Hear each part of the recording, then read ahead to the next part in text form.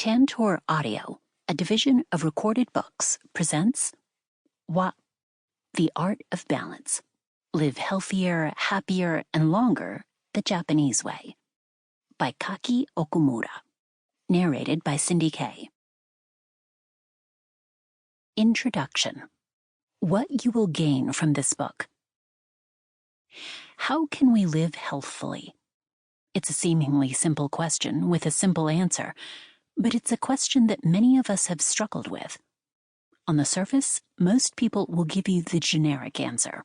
Eat plenty of fresh fruits and vegetables and exercise regularly. This is not new information. And while we recognize it as timeless and true, it's hardly helpful because it doesn't recognize people as complete and nuanced individuals. When it comes to health, we can't just follow the math. We also need to be empathetic about what makes us human. An approach to our health that is empathetic of our humanness is not just the easier way. It is also an approach that is much more successful than one that is driven by forceful willpower. For our health is not just something we can invest in for 1 month, 6 months, or a full year and then forget. It is something that we need to be able to sustain for the rest of our lives. Day in and day out, we engage with our health every day. It's curious because when we think about the meaning we want to derive from our own life, many of us spend a lot of time thinking about our careers. We ask questions like, what is my dream job? What kind of career and position will grant me freedom and fulfillment? How can I find this while still making a living that can sustain my lifestyle? We consider our values, our hobbies, our favorite luxuries, and our family. We ask these questions because we understand that we will spend almost half of our waking life working, and so we might as well find something we enjoy, rather than suffer through the first job that crosses our path. We know that salary is not the only thing we should consider, but we should think about our working style, culture fit, and how our career will impact not just the bottom line, but multiple facets of our life. A dream job at one point in our life is not the dream job at another. And so we also see the value in revisiting these questions and checking in with what will truly make our life fulfilling. Yet, as a society, we tend to forget to afford this same level of consideration to our health. We don't ask the same questions or revisit them with the same frequency and level of reflection as we do our career. But our health is just as impactful, if not more. Our physical and mental health affects every facet of our life. We can clock out of a job, but we can't clock out of our health. Like an unfulfilling job, a way of taking care of our health that is driven by willpower will eventually burn us out and make us want to quit. But a lifestyle that is intentional, one that is directed by our values and joys, is one that we can and will want to sustain for the rest of our lives. It means being able to enjoy cake to celebrate birthdays, eat local foods when we travel, spend time with our friends, and do whatever it is that brings us fulfillment and meaning in this life, without having to worry about our health all of the time. Sustainable health is a way of living that makes us feel confident, joyful, and spirited. We deserve at least that. And so let's afford the same level of intention to this crucial aspect of our lives. Understanding how to take care of my health is not something that has always come naturally to me. I was overweight as a child and carried that identity with me throughout my formative and most vulnerable years. When we're young, an idea of health that is purely directed by looks or weight can be an especially difficult narrative to shake. It may be helpful to share a bit about myself. I'm Japanese, but was born in the United States and spent my childhood years growing up in Dallas and New York. And because of this, I was raised with American sensibilities when it came to health. I saw things as go big or go home, and that to embark on a healthy lifestyle change was one that necessitated an extreme makeover or to completely change my life somehow. I saw it as a process that required grit, perseverance, and hard work. I measured it in terms of the number of calories I consumed and burned, and the number on the scale at the end of the week. At one point, I felt like I had tried everything within my power, and because I was easily impressionable and desperate to change, I had pushed myself to go to extreme lengths and ended up on the other end of the spectrum in weight, but still found myself just as unhappy and stressed about my health. Would taking care of my health always have to feel so difficult?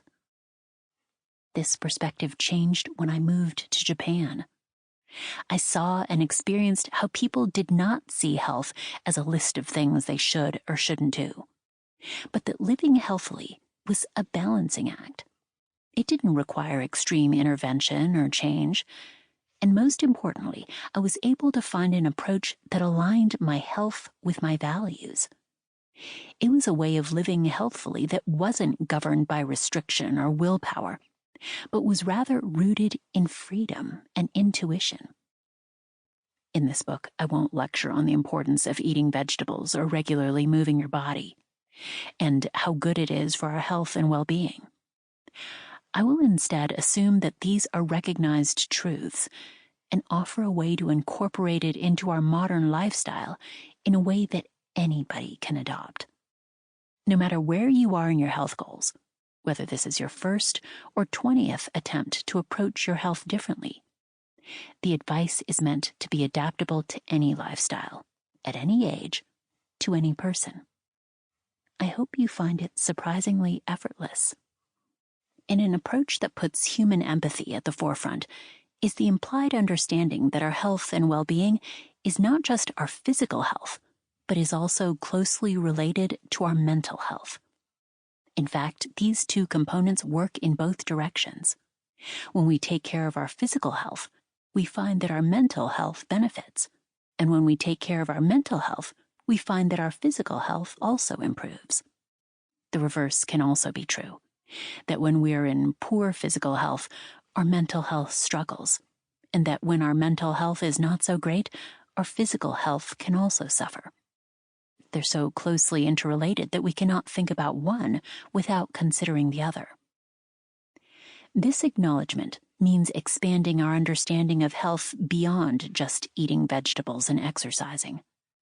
Many factors affect our well-being, and I have learned to frame our health through 4 essential pillars. 1. Nourish. 2. Move. 3. Rest. 4. Socialize. It does not necessarily mean that nourish and move represent our physical health and that rest and socialize represent our mental health. For each pillar, there is a consideration to both. For example, eating well is not just eating vegetables. It is also important to our health to make room for foods that are celebratory or bring us comfort. Or having a robust social life is not just something that can boost our sense of belonging and confidence, but is also something that can make a marked difference on our physical health. These pillars are also closely interrelated with each other. When we have good quality sleep, we have enough energy the next morning to move and exercise our bodies. When we spend the day actively socializing with our loved ones, we are able to fall asleep much easier at night. When we eat well, we have the energy to be active during the day. When we're active during the day, we sleep well at night. In both obvious and nuanced ways, the 4 pillars are all connected. What strengthens one pillar can strengthen another. Overdoing one pillar may cause you to neglect another. No pillar is more important than the other. Rather, it's a network of support and balance. This is wa, or the art of balance. Wa is colloquially recognized as a character to describe Japanese things. Washi is Japanese paper. Washoku is Japanese food. Wafuku is Japanese traditional clothing. But its meaning was derived from the idea of harmony, the simultaneous combination of different factors in our life that together can create a beautiful sum. In this way, When I describe how to live healthier the Japanese way, it is less about a Japanese lifestyle, but is about principles that are rooted in a lot of Japanese culture and tradition. The belief that to live well is to live in balance. At the end of the day, a healthy lifestyle is not about eating vegetables or getting enough exercise, but it's about investing in a lifestyle that allows us to live out our most meaningful and fulfilling lives. It's a sustainable mindset that allows us to do the things we love with the people we love, in a way that empowers and inspires us daily. It promotes independence, freedom, and strength, but is also mindful of empathy, curiosity, and joy. We can embody these values and find true lifelong health when we discover a lifestyle balance with our 4 pillars. So let's begin. Pillar 1. Nourish. It seems that everyone has an opinion on what is the best way to eat. It's been ingrained in us since we were school children that healthy eating looks a certain way. Plenty of vegetables, fresh fruits, whole grains, and lean proteins. This is not technically wrong, but this messaging also demonized unhealthy foods. Healthy eating looked like it was only vegetables, fresh fruits, whole grains, and lean proteins. Everything else was essentially equated with poison. Cut out sugar. Fat is bad. No more carbohydrates. Eliminate dairy. Even without those formal structures of school or healthcare, advertisements and online presences send, overtly or covertly, messages as to what it is we should be eating every day. Children today are probably receiving many more messages than other generations earlier as media becomes more ingrained into our everyday lives. Even as an adult, it is a difficult landscape to navigate. One year, it seems that we should all be avoiding saturated fats, and the next year, we are told that carbohydrates are the enemy. Or is it sugar now? Most recently, it seems that not only are macronutrients being criticized, but even the time at which we eat. Yet with all of this advancement of research and supposed innovation, we have not solved the problem of eating well. And by certain measures, global health is getting worse. The ironic and confusing thing is that while we are being lectured as to why sugary desserts or fat-heavy meats are bad for our health, we have culturally put them at the center of our celebrations and commemorations. We eat birthday cake on birthdays, eat burgers and fries at sports games, or go out for steaks and ice cream when we get a job promotion. Modern culture has made us believe we need to simultaneously self-restrict the exact foods we emotionally tie to positive occasions. And this food on a pedestal mindset, coupled with a stress of what to eat or not eat, has made many of us feel out of control with food. But food shouldn't be, and doesn't need to be, a source of stress in our lives. What it should really be is an element of our lifestyle that brings us health, fulfillment, and vitality, which means to also recognize it as not just fuel, but as something that shapes our culture, identity, and joy. In this way, I feel as though understanding the art of eating as nourishment or sustenance necessary for growth, healing, and good physical and mental health is the most accurate way we can think about it. The following lessons are designed to help one adopt and understand how to eat for nourishment, a practice that is mindful of our humanness. Rather than telling you which vegetables to eat and explaining why they're good for you, I'll be sharing with you the overarching concepts and principles of balanced eating instead. So you have a timeless practice of healthy eating that is adaptable to your lifestyle at any point in your life. You'll never have to worry about how to eat well again. Lesson 1. Stick with simple. Does everyone think about calories as much as I do? When we think about eating healthier, one of the first strategies we undertake is calorie counting. Multinational companies such as Weight Watchers or MyFitnessPal have made large fortunes with this simple idea. Eat fewer calories than you burn, and you will lose weight and be healthier. Under 500-calorie meals and 100-calorie snack packs are popular marketing techniques. And often when we look at a nutrition label, it is the largest text on there. We think of it as one of the most important, if not the most important, factor to pay attention to in our food.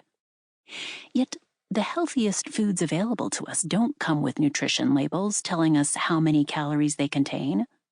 So, if you were to eat healthfully, you'd have to go to a lot of effort to track every single calorie you were consuming. How many calories are in a head of broccoli, a bowl of spinach, a cup of strawberries? The majority of people don't know, and hundreds of millions of people have lived perfectly long and healthy lives without ever knowing. We don't need to calorie count to live a healthy life, but does this mean we shouldn't? It depends on who you ask, and this is where reflecting on our personal values can help. What kind of lifestyle would allow you to live the most meaningful and fulfilling version of your life? It may be helpful to take a moment to think about how you like to spend your free time, who you like to spend it with, and how tracking the minutiae of your food intake makes you feel. Can counting calories factor into that vision? I cannot speak for everyone's experience or values, but the majority of us, even if we were to successfully reach a certain weight through counting calories, will think that this strategy is not aligned with our values. It can make us obsessed, distrustful of our bodies, and constantly worried about watching our weight, even when we're within a perfectly healthy range. Counting calories for weight loss works from a purely scientific sense, but human health is not just physical. Our health encompasses our internal sense of commitment and well-being. There is a way of addressing healthy eating without having to even think about calories. In fact, sometimes the less we think about such things, the healthier we can become physically and emotionally. It was a strange summer in Tokyo when I discovered that. Our memories are in many ways inaccurate, but one thing they are really good at telling us is what we were paying attention to at the time. We remember the big emotional events and things that can impact us and linger in our minds afterwards. And what do I remember when I think about that summer in Tokyo? It wasn't calories. I have no idea how many calories I was eating, but I remember two things clearly. One, that I was eating a lot of delicious food. Mochi cakes, ice cream, matcha shaved ice, sushi, yakitori, fried noodles, and fried chicken wings, just to name a few. It was a joyous time. Two, it was also the first time in my life that I was able to successfully lose some of my excess weight. I didn't even realize I had lost weight until my mother pointed it out to me. I decided to step on the scale to disprove her beliefs, and the sheer shock of seeing a lower number after a summer of eating without concern left me wondering for months afterwards. What had happened?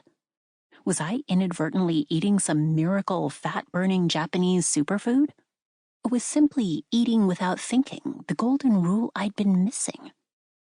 Turns out, it was none of these things. Returning to the U.S., I quickly gained back whatever weight I had lost, and then some. It took several years after that summer for me to really understand what had happened and how I could be conscious of it, rather than hoping for the sheer blind luck of it to manifest itself again. But it came up in my mind again and again.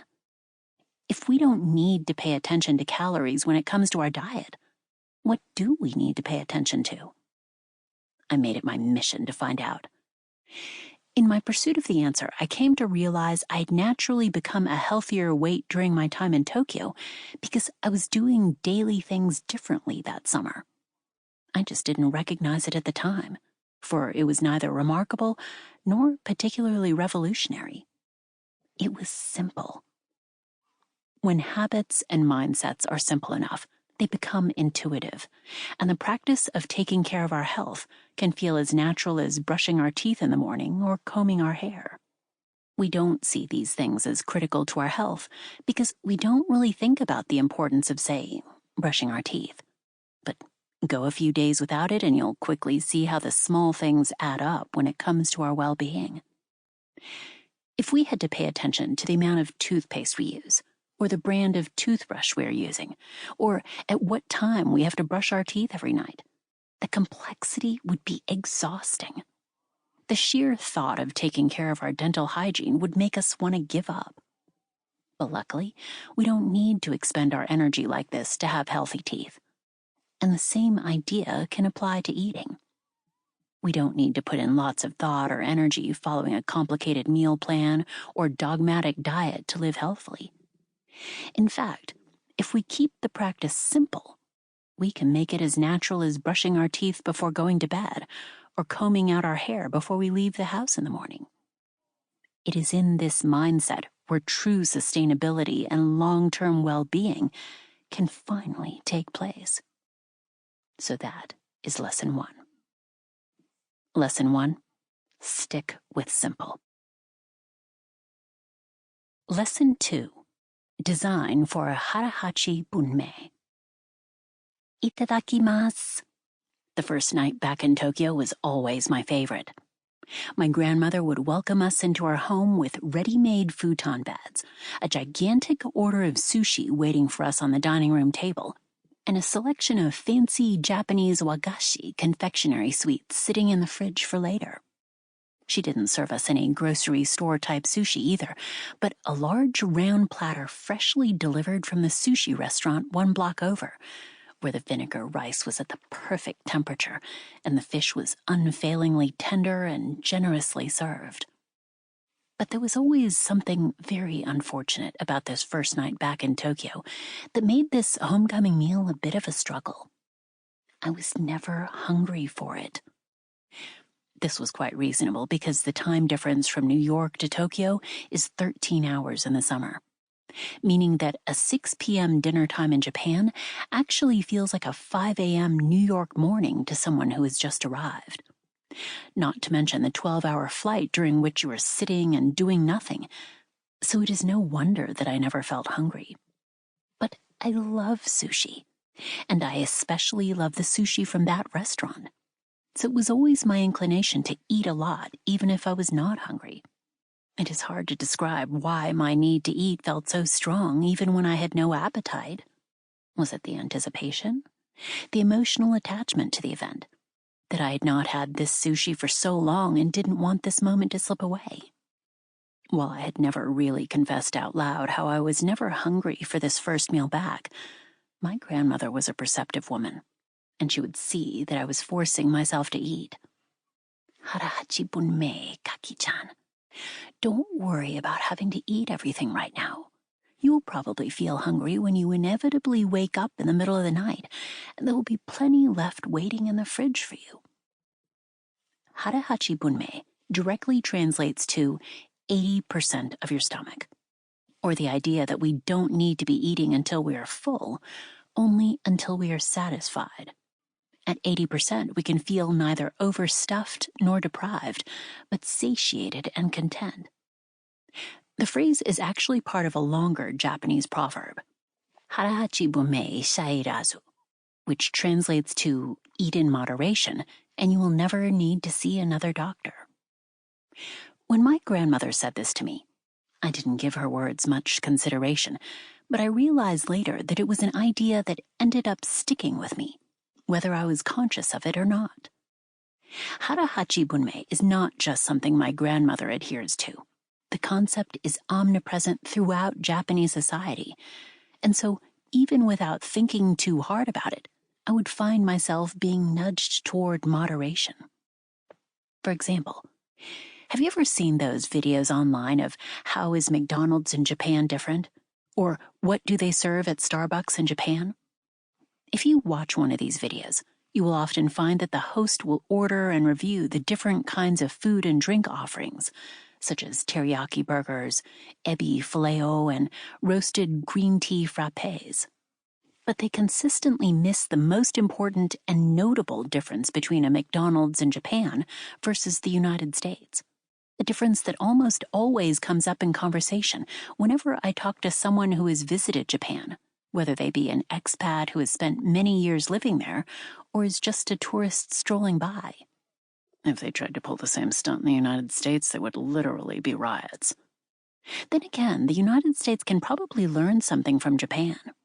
It would explain why Japanese people have a much easier time staying lean. What are we talking about? Portion sizes.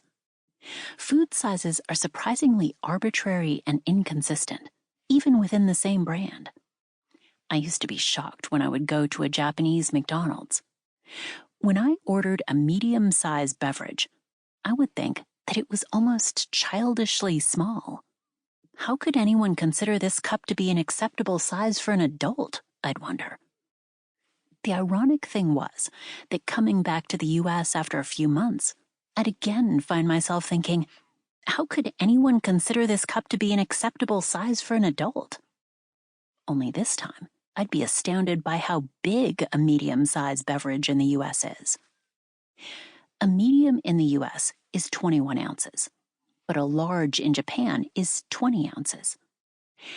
How could a US medium size be larger than the Japanese large? It's not just McDonald's. This phenomenon is present in fast food chains and restaurants across the board. I remember visiting a Starbucks in NYC and ordering an iced latte, only to remember after I paid that I forgot to tell them that I wanted the size tall. The cashier didn't ask me, but I assumed that I would be charged the tall size anyways, as in my mind it was the most typical size. But when they called my name, it was in a venti cup, which is double the size of a tall. It was the difference between a 12-ounce and a 24-ounce. His default idea of a typical drink size was much bigger than mine. I could have just brushed this off as a one-time event, but when I went home to look it up, it turns out that the perception of a proper drink size is actually quite different between the two countries. Did you know that the most popular drink sizes at Starbucks are different in Japan versus the US? I hypothesize that it actually has nothing to do with personal preference, but because of the way the menus are designed. To explain, Starbucks in Japan has a short size, 8 ounces, listed on its menu. The menu display shows sizes short, tall, grande, and sometimes venti. Consequently, because there is a size short on the menu, the most popular cup size in Japan is a tall, because it is considered the middle size. But if you wanted to get a cup in the size short in the US, you'd have to make a special request for it, as it is not written anywhere. The menu displays only tall, grande, venti, and consequently the most popular cup size in the US is a grande because of the middle option bias, or the tendency for people to choose the moderate option when presented with 3 competing choices. A small French fries from Burger King, Japan, is about 75 grams, whereas a small French fries from Burger King, US, will be almost double that, at about 130 grams. As of 2022, Burger King UK doesn't even offer small fries anymore, and the smallest size available begins at 116 grams. The smallest Domino's pizza in Japan comes in a size M, a 9-inch diameter, 22.9 centimeters, whereas the smallest size, small in the US, is 10 inches, 25.4 centimeters. There are many examples of how the default sizes can vary immensely between different countries. This is how I've come to realize that subjective labels are prevalent throughout the food industry. A medium in one context is not necessarily a medium in another. Labels such as small, medium, and large are relative, and so when considering our own diet, it is important to be mindful of the default portion sizes that are being offered to us, rather than accepting them without regard. We should be mindful of checking in with ourselves. How much do I actually want to eat? The concern of relying on default sizes extends to not just fast food places, but to eating out at typical restaurants as well. If you visit a restaurant in Japan, the meals are portioned so that you're expecting to comfortably finish it in one sitting. And so taking home leftover food is a very rare and Sample complete. Ready to continue?